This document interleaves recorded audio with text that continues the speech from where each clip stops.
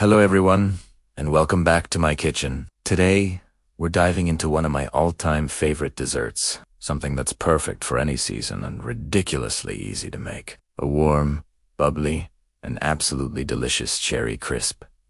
Some people call it a cobbler, some call it a crisp. Honestly, call it whatever you want, because once you taste it, you'll just be calling for more. This recipe is fantastic because it uses simple ingredients you probably already have, and it comes together in no time. Whether you're using fresh, seasonal cherries, frozen ones, or even canned, the result is always a showstopper. It's that perfect balance of sweet and tart, with a crunchy, buttery topping that is just heavenly. I promise, your whole house is going to smell incredible. So, let's get started with our filling. The star of the show, of course, is the cherries. Today, I'm using about 6 cups of pitted sweet cherries. If you're using fresh ones, this is the most time-consuming part, but trust me, it's worth it. A good cherry pitter is your best friend here. If you're using frozen, just let them thaw a bit. And if you're using canned, make sure to drain them really well.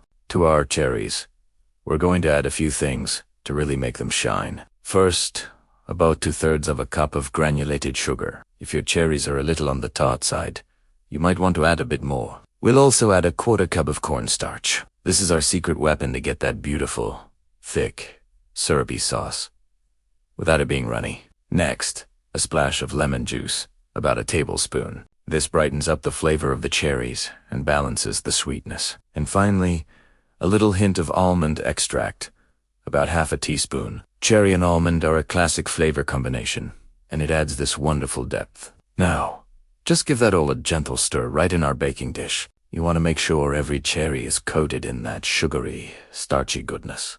I'm using a 9 by 13-inch baking dish, but an 8 by 8 or even a cast iron skillet would work perfectly. Just make sure it's something that can go into the oven. Once it's all mixed, we'll set this aside while we make our glorious topping. This topping is what really makes it a crisp. It's buttery, it's crunchy, and it's so simple. In a separate bowl, we're going to combine 1 cup of all-purpose flour, 1 cup of rolled oats knot, the quick cooking kind. The old-fashioned ones give you the best texture, in 1 cup of packed brown sugar. Add a pinch of salt to bring out all the flavors. And for a little extra warmth, I'd love to add about a teaspoon of cinnamon. Whisk all those dry ingredients together until they're nicely combined. Now for the butter. The key to a great, crisp topping is cold butter. We need 1 cup of cold, unsalted butter, cut into small cubes. We're going to add this to our dry ingredients and work it in with our fingertips. A pastry blender, or even a fork. You want to keep working it until the mixture looks like coarse crumbs with some pea-sized chunks of butter still visible. Those little butter pockets are what will melt in the oven and make the topping so incredibly flaky and delicious. Try not to overwork it. We don't want to melt the butter with the heat from our hands. Okay, our filling is ready, and our topping is ready. It's assembly time. This is the easiest part. Just take that beautiful crumbly topping and sprinkle it evenly all over the cherry filling. Make sure you get all the way to the edges. Don't press it down. We want to keep it light and crumbly. I like to see little bits of the cherry filling peeking through. It's supposed to look rustic and homemade, so don't worry about it being perfect. Now, our masterpiece is ready for the oven. I've preheated mine to 375 degrees Fahrenheit, or about 190 Celsius. Before we pop it in, a little pro tip. Place your baking dish on a baking sheet lined with foil. The cherry filling will bubble up, and sometimes it can bubble over. This little trick will save you from a messy oven cleanup later. We're going to bake this for about 40 to 50 minutes. You will know it is done when the topping is a beautiful golden brown, and you can see that delicious cherry filling bubbling up all around the edges. Oh, the smell is just divine. It's the coziest, most comforting aroma you can imagine.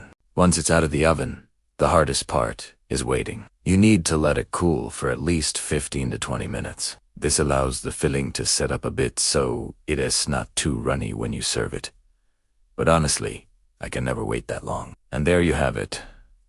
A stunning, homemade cherry crisp. The best way to serve this, warm, straight from the dish, with a giant scoop of vanilla ice cream melting on top. The contrast of the warm, Sweet tart fruit and the cold, creamy ice cream is just unbeatable. You could also use a dollop of whipped cream or even a drizzle of heavy cream. This dessert is perfect for family gatherings, potlucks, or just a cozy night in. It's simple, comforting, and always a crowd pleaser.